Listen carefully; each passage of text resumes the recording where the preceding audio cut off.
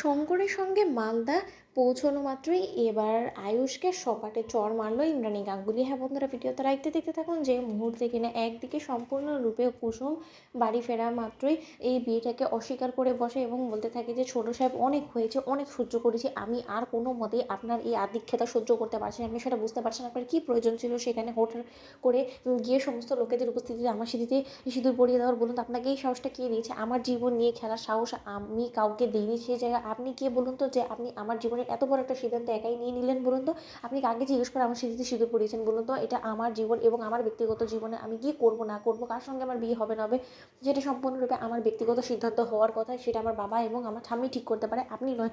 তাহলে আমি যতই বিপদে পড়ি না কেন, সেই বিপদ থেকে আপনি আমাকে উদ্ধার করতে পারতেন, গুন্ডাদের সঙ্গে আপনি লড়াই ঝগড়া করতে পারতেন। কিন্তু তাই বলে গুন্ডাদের হাত থেকে আমাকে রক্ষা করার জন্য আপনার কাছে শেষ উপায় স্বরূপ শুধুমাত্র এই আমার স্মৃতিতে সিঁদুর পরানোটাই অবশিষ্ট ছিল। বলুন তো ঠিক সেই সময় রাজাকে গার্ড করতে যখন কিনা ভ্যাবলা বলতে থাকে যে আচ্ছা জাদুঘর তুমি এরকম করে কেন করছো বলো তো, তুমি তো নিজেও খুব ভালো করে জানো যে ভাইদের সমস্ত কিছু বুঝে শুনে করেছে যেটাতে করে কিনা তোমার ভালো হবে। ঠিক সেই সময় কুসুম বলতে থাকে যে এই স্মৃতিতে সিঁদুর পরিয়ে আমার ভালো হবে, সেটা আপনি কী করে ভাবলেন বলুন তো?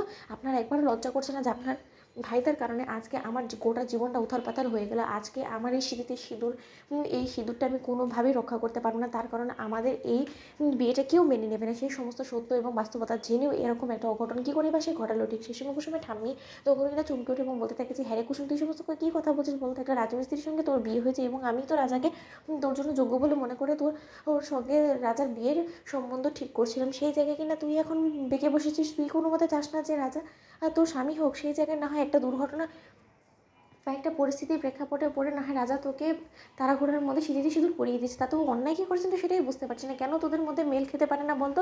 তোরা তো একসঙ্গে উঠছিস বসছিস খাচ্ছিস দাসছিস, তাতেও কোনো রকম কোনো তো তোদের সমস্যা হচ্ছে না, তাহলে এরকম কেন করছিস বল? কিসের এত আপত্তি তোর এই বিয়েতে? ঠিক সেই সময় কুসুম যখন কিনা বলতে থাকে যে ঠাম্মি তুমি যেটা বোঝো না সেটা নিয়ে তুমি কোনো রকম কোনো কথা বলো না, তুমি কেন বুঝতে চাইছো না বলো তো? যেটা হয়েছে সেটা মোটেও ভালো হয়নি।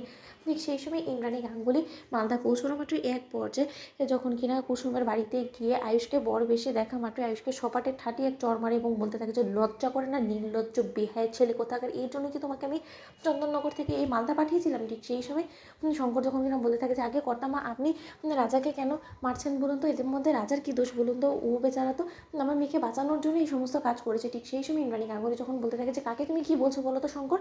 তোমার কি মনে হয় এই ছেলেটাকে দেখতে আদৌ রাজমিস্ত্রির মতো মনে হয়? ওকে দেখে তোমার চেনা বলে মনে হচ্ছে না? তুমি ওর আসল পরিচয় সম্পর্কে আদৌ কি জানো বলো তো? তাহলে না জেনে শুনে কেন কথা বলছো বলো তো? এই ছেলেটাকে শাসন করার সম্পূর্ণরূপে অধিকার আমার আছে, তার কারণ আমি ওর মা এবং ওর পরিচয় সম্পর্কে জানলে তোমার পায়ের তলা থেকে মাটি ঘষে যাবে। তো বন্ধুরা লাইক এবং শেয়ার করো, সাবস্ক্রাইব করো।